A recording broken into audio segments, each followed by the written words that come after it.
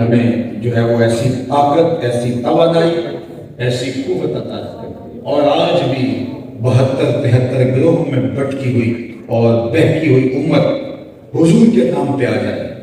اور حضور، میں کہتا ہوں اگر لوگوں کے اوپر وہ جو لبادے لوگوں نے اتار چڑھائے ہوئے ہیں وہ سارے لبادے اتار دیا جائے، جو لوگوں نے اپنے اوپر لبادے اپنی شناخت کے خود ساختہ اپنے اوپر چڑھائے ہیں، اگر سب کے لبادے اتار دیے جائیں تو جو اصل اندر شکل نکلے گی وہ محبت رسول کا وزن نکلے گا۔ اس نام پر سب کو جمع ہونا پڑے گا۔ اور اقبال نے کہا تھا قوت عشق سے ہر پسند کو بالا کر دے، دہر میں اس میں محمد سے اجالا کر دے۔ اس دنیا کے اندر حضور کے نام پر، حضور کی عقیدت پر، حضور علیہ السلام کے پیار پر اس امت کو وحدت کے جام پینے ہوں گے اور پھر آگے بڑھنا ہوگا۔ اپنی ذاتی شخصی بنائی ہوئی چیزوں کو ترک کر کے حضور کے نام پہ آنا ہوگا، اور جب حضور کی محبت کے رنگ میں لوگ لگ جاتے ہیں تو پھر کائنات نخچیر بن جاتی ہے۔ آج تو ہم 1 ارب 40 50 60 کروڑ ہے، بلکہ اب تو جو نئی مردم شماری آئے گی اس میں شاید 2 ارب کے قریب مسلمانوں کی تعداد پہنچ گئی، لیکن ہمارے آج اتنی کثرت کے باوجود بھی ہم ذلت، پستی، ذبح حالی اور نقبت کا شکار ہیں، اس لیے کہ ہمارے دشمن ہم نے بانٹ دیا، ہم نے اس مرکز محبت کو چھوڑ دیا۔ اقبال کہتے ہیں جو انہوں نے خواب دیکھا تھا، اور میں نے کہا تھا کہ مسلمان زال و ذبح کیوں ہے، ندا آمد کے یہ قوم دل دار الفق پہ لگا، تو مجھے آواز آئی کہ یہ قوم دل تو رکھتی ہے، دل میں محبوب نہیں رکھتی۔ تو جب انہوں نے محبوب اپنے الگ بنا لیے تو پھر نتیجہ کیا ہوا؟ امت کی وحدت ٹوٹ گئی، یہ ٹکڑے ٹکڑے ہو گئے، اور یہ اتنی کثرت کے باوجود بھی آج دنیا کے اوپر پٹ رہے ہیں، لٹ رہے ہیں، اور خان برباد۔ جو کچھ ہو رہا ہے پوری دنیا کے اندر، اسلامی دنیا میں، وہ کسی سے روکے نہیں۔ لیکن جب ہم اس ایک نام پہ جمع تھے تو صرف 313 تعداد تھی، تعداد بھی زیادہ نہیں تھی، اور سب لوگوں کے پاس اسلحہ بھی نہیں تھا۔ 2 گھوڑے تھے، 6 زرہیں تھیں، 8 جو ہے وہ تلواریں تھیں، اور وہ بھی کہتے کسی کا دستہ ٹوٹا تھا اور کسی کو دندانے پڑے ہوئے تھے، باقی لوگوں نے کھجوروں کے ڈنڈے توڑے۔ یہ اللہ کے مجاہد تھے، چلے تھے جنگ کرنے۔ یہودی مسلمانوں کو جب نکلتا ہوا دیکھتے ہیں بدر کی جانب تو کھجوروں کے ڈنڈے توڑ کے جب وہ جا رہے تھے تو کہا مسلمانوں عجیب تماشا ہے، جنگیں تو حالات حرب و ضرب کے ساتھ لڑی جاتی ہیں، تمہارے پاس تو اسلحہ بھی نہیں، کس پر گھوڑے پہ جا رہے ہیں؟ تو حضور چادر اوڑھے ساتھ ساتھ چل رہے تھے، تو اشارہ کر کے بولے نہ تیغ و تیر پر تکیہ، نہ خنجر پر، نہ بالے پر، بھروسہ ہے تو سادہ سی کالی کملی والے پر۔ اور پھر جو عظیمت کی انوکھی داستان نے وہاں مسلمانوں نے رقم کی، ابن ہشام نے لکھا، یہ تاریخ کی سب سے پہلی کتاب جس کو آپ کہہ سکتے ہیں سیرت کی۔ ابن ہشام لکھتے ہیں کہ عمیر بن وہب کو ابو جہل نے کہا کہ جاؤ دیکھ کے آؤ مسلمانوں کی تعداد کتنی، یہ اس کا جاسوس تھا۔ تو وہ گیا اور جا کے سارے اس نے ٹیلے وادیاں دیکھی اور مسلمانوں کو دیکھا، پیچھے کمک کتنی ہو سکتی ہے اس کا اندازہ لگایا۔ واپس آ کر کے اس نے قریش سے کہا کہ ابو جہل سے کہ میں خوب وادیاں اور ٹیلے دیکھ آیا ہوں، وہ 3 اونٹ کھا سکتے ہیں اتنے لوگ، یعنی اگر وہ 3 اونٹ ذبح کریں تو بس اتنے لوگ، اور عرب میں 100 آدمی 1 اونٹ کھا لیتا تھا، تو مطلب 300 سے کچھ اوپر ہے یا کچھ نیچے، اور یہ روزانہ کسی دن 10 اونٹ ذبح کرتے تھے، کسی دن 9 اونٹ ذبح کرتے تھے، تو اس حساب سے 3 گنا تعداد تھی۔ تو ابو جہل نے جب یہ سنا اور اس نے کہا کہ ان کے پاس آلات ہے وہ ضرورت بھی نہیں، بہت تھوڑے سامان، پیچھے کمک بھی نہیں آئی، اور کہا کہ ان کے پیٹ چپکے ہوئے ہیں بھوک کی وجہ سے۔ تو جب یہ ساری رپورٹ سنی تو ابو جہل کے لیے حوصلہ افزا تھی، وہ کہنے لگا میں پہلے کہتا تھا 360 خداؤں کا ایک خدا مقابلے کیسے ہے۔ سنا دید قریش کو بلا کے کہا کہ عمیر بن وہب کی رپورٹ سنو، تو جب عمیر نے یہ ساری رپورٹ دی تو ابو جہل رغبت سے بھرا ہوا بولا صبح لڑائی کی نوبت نہیں آئے گی، میرا مشورہ ہے کہ رسیاں اکٹھی کرو، صبح ان کو پکڑتے جائیں گے اور اونٹوں کے ساتھ ان کی مشقیں کس لیں گے، اور جا کے حرم کے آس پاس دیواروں کے ساتھ باندھ دیں گے، دنیا کو دکھائیں گے ایک نیا مذہب آیا۔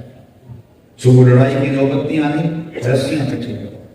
جب اس نے رونق سے بھرے یہ جملے کہے تو عمیر بن وہب اس نے کہا میں یہ رپورٹ کا آخری حصہ بھی سنوں، آخری حصہ بھی سنوں۔ ابو لفظ میں جو ابن ہشام نے لکھی، اس نے کہا ولیکن رأیت یا معشر قریش المنایا تحمل البلایا، اے قریش کے سرداروں میری پوری رپورٹ سنو، میں اپنی ان آنکھوں سے دیکھ کے آیا ہوں کہ یثرب کی اونٹنیاں اپنی پشتوں پہ میری عورتیں اٹھا رہی ہیں، اور تم کہتے ہو کہ رسیاں کٹھی کرو۔ میری مشاورت ہے کہ رات کی تاریکی میں بھاگ سکتے ہو تو بھاگ جاؤ، ان لوگوں سے لڑنا تمہارے بس کا لوگ نہیں جو مرنے کے لیے آئے۔ اللہ میں نے دیکھا ہے وہ زخمی سانپوں کی طرح پیچو تاب کھا رہے ہیں، اور کل تم میں سے کوئی مرے گا نہیں جب تک تم میں سے ایک ایک کو لڑ دی جائے، اور اگر اتنے بندے تمہارے مارے جائیں تو افسوس ہے تمہارے جینے پہ۔ تم رسیوں کی بات کرتے ہو، میرا مشورہ یہ ہے جو منظر دیکھ کے آیا ہے کہ بھاگ جاؤ، اس قوم سے لڑنا تمہارے بس کا لوگ نہیں۔ پھر اگلے دن عزیمت کی جو داستانیں اہل ایمان کا رقم کی، میرے رب نے بھی اس دن کو یوم فرقان کہہ کے پکارا۔ اور آج 1 ارب سے زائد 2 ارب کے قریب مسلمان اور خانوں پر اس کائنات ارضی میں 1 انچ جگہ بھی ایسی نہیں ہے جہاں آتش و آہن برس رہا ہو اور وہ کفار کی سرزمین۔ ساری آگ ہمارے اوپر برس رہی ہے، سارا لوہا ہمارے اوپر برس رہا ہے۔ مجھے اور آپ کو سوچنا ہے کہ ہم سے کوئی کوتاہی ضرور ہوئی ہے، ہم سے کوئی غلطی ضرور ہوئی ہے۔ اتنی کثرت کے باوجود ہم ذلت کی اس چکی میں پس گئے، توڑ کے رکھ دیا یہاں اسرائیل نے، جو ہے وہ ہمارے بھائی فلسطینیوں کو، بچوں کو ذبح کر دیا، اور ہمارے حکمران بیان دینے سے قبل بھی 100 بار سوچتے تھے کوئی تیکھا لفظ نہ لگ جائے جو ان کے مزاج پر بوجھ بن جائے اور ان کو تکلیف کا سبب ہو جائے۔ کہاں گئی ہماری غیرت؟ اصل جب ہم نے اپنے اپنے بت تراش لیے اور وحدت کے دور سے ہم محروم کر دیے گئے تو پھر ذلت ہمارے اوپر مسلط کر دی گئی۔ اللہ تعالیٰ جل شانہ نے جو پچھلی امتوں کے اوپر جو عذاب بھیجے ہیں وہ تو پتھر برستے تھے، وہ تو زمین جو ہے وہ اس طرح سے اپنے اندر سے چیزیں اچھالتی تھی کہ وہ فنا کے گھاٹ پر جاتے، پہاڑوں کو جو ہے وہ دونوں کو ملا کر پیس دیے جاتے، شکلیں تبدیل ہو جاتی، لیکن اس امت میں حضور کا صدقہ ایسا نہیں ہوگا۔ لیکن اللہ تعالیٰ جل شانہ لوگوں کی گناہوں کی سزا اس دنیا کے اوپر ضرور دے گا، یہ بات ذہن میں رکھیے۔ قیامت کے دن لوگ اپنے اپنا فرد عمل لے کے جائیں گے، لیکن قوموں کے اجتماعی جرم کی سزا اس دنیا پہ ان کو بھگتنی پڑے گی، نکبت کی شکل میں، تشدد کی شکل میں، افتراء کی شکل میں۔ یہ جو 72-73 فرقے بن گئے، یہ خوشی کی بات نہیں ہے، یہ امت ٹوٹی ہے۔ یہ حضور نے دن کا کر کے جو امت جوڑی تھی وہ امت ٹوٹی اور کتنے گروہوں میں بٹ گئی، اور ہر شخص نے جو ہے وہ اپنا نیا قبلہ تلاش کیا۔ یہ حضور کے قلب اطہر پر اذیت کا سامان حضور نے خبر دی ہے اس کی، لیکن یہ خبر حضور کی خوشی کا سامان نہیں ہے۔ یہ بدبختی ہے اس قوم کی کہ انہوں نے حضور کا گھر چھوڑا تو پھر در بدری کی خواب چلنے لگے، رسوا ہو گئے، اور اللہ تعالیٰ نے پھر ان کو نکبت میں مبتلا کر دیا، رسوائی میں ان کا مقدر بنا۔ قرآن مجید میں اللہ تعالیٰ نے ایک مقام پر فرمایا وہ اس بات پہ قادر ہے کہ تمہارے اوپر سے عذاب نازل کرے اور تمہارے نیچے سے عذاب نازل کرے۔ حضرت باقی مفسرین نے کہا کہ اوپر سے عذاب یہ ہے کہ پتھر برسے، نیچے سے عذاب یہ ہے کہ زلزلے آئیں یا زمین فصل دینا چھوڑ جائے، یا اوپر سے عذاب جو ہے وہ اور کچھ اللہ کی طرف سے ان کے اوپر ٹوٹے۔ لیکن رئیس المفسرین حضرت عبداللہ ابن عباس رضی اللہ تعالیٰ فرماتے ہیں، سنیے میں آپ کی توجہ چاہوں گا، عذاب کیا ہے؟ حضرت عبداللہ ابن عباس فرماتے ہیں کہ اوپر کا عذاب یہ ہے کہ تمہارے حکمران نااہل ہیں، اور نیچے کا عذاب یہ ہے تمہاری اولاد نافرمان۔ یہ اوپر اور نیچے کا عذاب ہے جس میں قومیں جکڑ دی جاتی ہیں۔ آج میں اور آپ دیکھیں کہ ہم کھڑے رہے ہیں، اور ہم اقبال نے جب شکوے کی زبان کھولی تھی تو لہجہ تلخ ہو گیا، حالانکہ 100 سال پرانی کہانی ہے، اور آج ہم کہاں ہیں؟ اور آج اقبال ہوتے ان کا دل پھٹ جاتا ہے۔ جب انہوں نے شکوے کی زبان کھولی تو لہجہ تلخ ہو گیا، آپ جانتے ہیں فتویٰ بھی متوجہ ہوا تھا، صفائے دہر سے باطل کو مٹایا ہم نے، نو انسان کو غلامی سے چھڑایا ہم نے، تیرے کعبے کو جبینوں سے بسایا ہم نے، تیرے قرآن کو سینوں سے لگایا ہم نے، پھر بھی ہم سے گلا ہے کہ وفادار نہیں، ہم وفادار نہیں، تو بھی تو دلدار نہیں۔ لہجہ بہت تلخ اور شوق ہو گیا، لیکن جب جواب آیا تو سارا نشہ ہو گیا، اب جواب ادھر سے آ رہا ہے، جواب شکوہ ہے، وہی لفظ ہے، صرف سیدھا بدل. اب ادھر سے میسج آ رہا ہے، صفائے دہر سے باطل کو مٹایا کس نے، نو انسان کو غلامی سے چھڑایا کس نے، میرے کعبے کو جبینوں سے بسایا کس نے، میرے قرآن کو سینوں سے لگایا کس نے، تھے تو آباب تمہارے ہی مگر تم کیا. ہاتھ پہ ہاتھ دھرے منتظر فردا ہو، ہر کوئی مستے میں ذوق تن آسانی ہے، تم مسلمان کو یہ انداز ہے مسلمانی ہے، حیدری فقر ہے میں دولت عثمانی ہے، تم کو اسلاف سے کیا نسبت روحانی ہے، وہ معزز تھے زمانے میں مسلمان ہو کر، تم خار ہوئے تار کے. ہماری پستی، ذلت، زبوں حالی اور دقت کا سبب اس کتاب احمد کو چھوڑ دیتے ہیں. اس کتاب سے ہمارا سروکار نہیں رہا، نہ ہمارے حکومتی نظام میں یہ کتاب ہے، نہ ہمارے معاشرتی نظام میں یہ کتاب ہے، نہ ہمارے خاندانی نظام میں یہ کتاب ہے، نہ ہماری شادی بیاہوں میں یہ کتاب ہے. یہ کتاب کہیں بھی نہیں ہے. پرانی معاشرہ کہاں آپ پایا جاتا ہے؟ یہ ہماری مشرقی رسوم ہے، یہ ہمارا لا ہے، یہ ہمارے ضابطے ہیں، یہ ہمارا یہ کلچر ہے، یہ ہماری تہذیب ہے. تو قرآن کہاں ہے؟ ساری شادی ناچ بھنگڑے سے لے کر کے رسم ادا تک جو سب کچھ ہوا شریعت کی دھجیاں پکڑ اور بیٹی پہ رخصت کرنے لگے تو قرآن کے سائے پہ رخصت کریں گے. قرآن اس لیے نازل ہوا تھا، جو کچھ کیا تم نے سب زندگی کے سارے لچھن جو ہے وہ اپنی خواہش کے مطابق گزارے، اور چلو مر گیا ہے تو اتنے 100 قرآنوں کا ثواب پہنچائیں گے اس کو، تو اس کو جو ہے وہ برکت اور فائدہ ہوگا. میں اس فائدے کا انکار نہیں کرتا. کیا اس نے یہ ساری زندگی قرآن کے مطابق نہیں گزارنی تھی؟ یہاں اقبال کا لہجہ بھی دیکھیے، ببندے صوفی و ملا سیری حیات از حکمت قرآن گیری بآیاں تشتہا کار جزی بیس کیا ریاسی نے وہ آسام میری. تو جاہل صوفی اور کاہل ملا کے ایسے دھندے میں پھنسا کہ تو نے قرآن سے زندگی تلاش نہیں کی. قرآن کی آیتوں سے تجھے صرف اتنا سروکار ہے. اقبال کہتا ہے جب تیرے بوڑھے کی روح اٹک گئی سورہ یاسین لے کے بیٹھ گیا کہ میں اس کو پڑھوں، اس کی روح آسانی سے نکل جائے.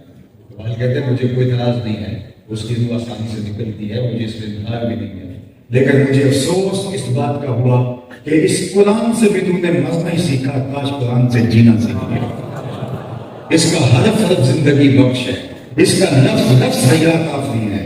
اس کتاب سے جینا سیکھا ہوتا، زندگی گزارنے کو اسلوب سیکھا ہوتا، اس کتاب سے جڑے ہوتے تو آج ہمارا یہ حال نہ ہوتا. تو آئیے میں اور آپ اپنے آپ کو حضور علیہ السلام کی چوکھٹ پہ لے چلیں. ان کا عشق ہماری نجات کا سبب ہے. بلکہ اقبال نے کیا خوب بات کی، ہر پیش کے مصطفیٰ سامان اوس بہر و بردر گوشائے دامان اوس. جس کا سامان زندگی عشق مصطفیٰ ہو جاتا ہے پھر یہ بہر و بر اس کے دامن کے کونے میں باندھ دیا جاتا ہے. کائنات تشکیل ہوتی ہے، بلکہ اقبال کے سارے کلام کا رسم چھوڑو تو خلاصہ یہ نکلتا ہے کہ محمد سے وفا تم نے تو ہم تیرے ہیں. یہ جہاں چیز ہے کیا لوح و قلم ہے، حضور سے وفا کر لو، پھر قلم بھی تمہارے ہاتھ میں دے دیں گے اور تختی بھی تمہارے ہاتھ میں دے دیں گے. جو لکھنا ہوا خود ہی لکھ لینا. پھر تمہاری تقدیر کے فیصلے واشنگٹن نہیں ہوں گے، بلکہ خدا بندے سے خود پوچھے گا بتا تیرے ذات. لیکن شرط یہ ہے کہ تم ان کے ہو جاؤ. جب ان کے ہو جاؤ گے تو زمانہ تمہارا ہوگا. سادی شیرازی بولے کہ میں روز بال کے جنگل سے گزر رہا تھا تو ایک شخص میں نے دیکھا کہ اس نے ہاتھ میں سانپ کا چھانٹا پکڑا ہے اور شیر کے اوپر سواری کر کے میرے سامنے آ کے کھڑا ہوتا ہے. تو میں ڈر سا گیا، گھبرا سا گیا. تو وہ مسکرایا اور کہا سادی ڈر گئے ہو؟ میں نے کہا بات ہی ڈرنے کی ہے. وہ کہنے لگا تم خدا کا ہو جاؤ، خدا کی خدائی تمہاری ہو جائے. اللہ اکبر. اللہ کے محبوب علیہ السلام کے غلام حضرت سفینہ جنگل میں راستہ بھول جاتے ہیں اور انسانی بوجھ سن کے شیر آپ کی طرف بڑھتا ہے اور جو ہی قریب آتا ہے تو آپ نے اس سے مخاطب کرتے ہوئے مخاطبت کرتے ہوئے یا الحارث انا مولا رسول اللہ صلی اللہ علیہ وسلم. او جنگل کے بادشاہ دھیان سے آگے بڑھنا، میں حضور کا غلام ہوتا ہوں. اللہ اکبر. یہ پروٹوکول والی گاڑی اس طرح آگے آگے چلتی، وہ شیر آگے آگے چلنے لگا راستہ دکھانے کے لیے، اور راستے کے اندر کوئی اور مرضی جانا ہوتا اس کا پیچھے آ گیا حضور کا غلام آ گیا کہ محمد سے وفا تم نے تو ہم تیرے ہیں. یہ جہاں چیز ہے کیا لوح و قلم تیرے، پوری کائنات تمہاری نخچیر ہو جاتی ہے. لیکن میں آپ سے یہ کہوں گا کہ ہمارا عشق صرف نالوں تک محدود نہیں ہونا چاہیے.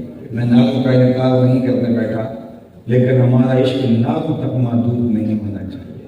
ہمارا عشق عمل سے ہم آہنگ ہونا چاہیے.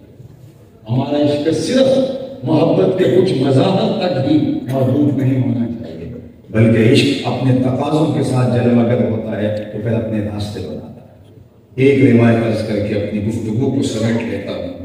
اللہ کے محبوب علیہ السلام نے وضو فرمایا اور وضو کا پانی صحابہ کے ہاتھوں پہ گرا. کائنات میں کسی نے کوئی ایسا عاشق نہیں دیکھا ہوگا جیسے صحابہ حضور کے عاشق. حضور کے وضو کا پانی زمین پہ نہیں گرا، بلکہ کہانی یہ بھی موجود ہے کہ حضور نے جب وہ پچنے لگائے تو خون ایک لگن میں جمع ہو گیا. ایک صحابی سے کہا جاؤ ایک ایسی جگہ اس کو ٹھکانے لگاؤ جہاں کسی کے قدم نہ پہنچے. تو وہ گئے اور ایک پتھر کی اوٹ میں بیٹھ کے نوش جان واپس پلٹے تو حضور فرمایا ٹھکانے لگائے ہو؟ جی حضور ایسی جگہ جہاں کسی کے قدم نہیں جا سکتا. حضور مسکرا کے بولے لعلک شربت، شاید تم نے پی لیا ہے. قال نعم، جی حضور. واقعی ناراض نہیں ہوئے بلکہ فرمایا یا غلام قد حذرت نفسک من النار، اے بیٹے تو نے اپنے آپ کو آتش دوزخ سے بچا لیا. سبحان اللہ. اب اللہ کے محبوب وضو کرنے بیٹھے اور حضور کے وضو کا پانی زمین پر صحابہ نہیں کرنے دیتے. حضور وہ ان کے ہاتھوں پہ اور پھر وہ اپنے منہ پہ کر لیتے. اور جن کو میسر نہیں آتا وہ گیلے ہاتھوں سے ہاتھ رگڑ کے اپنے چہرے پر مارتے. یہ ایک بار نہیں ہوا، کئی بار ہوا. صلح حدیبیہ کے موقع پہ بخاری شریف بتائیے صحابہ حضور کے وضو کو پانی زمین پہ نہیں کرنے دیتے. یہ دوسرا ایک موقع تھا. تو جب صحابہ کی محبت کا یہ مظہر دیکھا تو فرمایا ما یحملکم علی ھذا،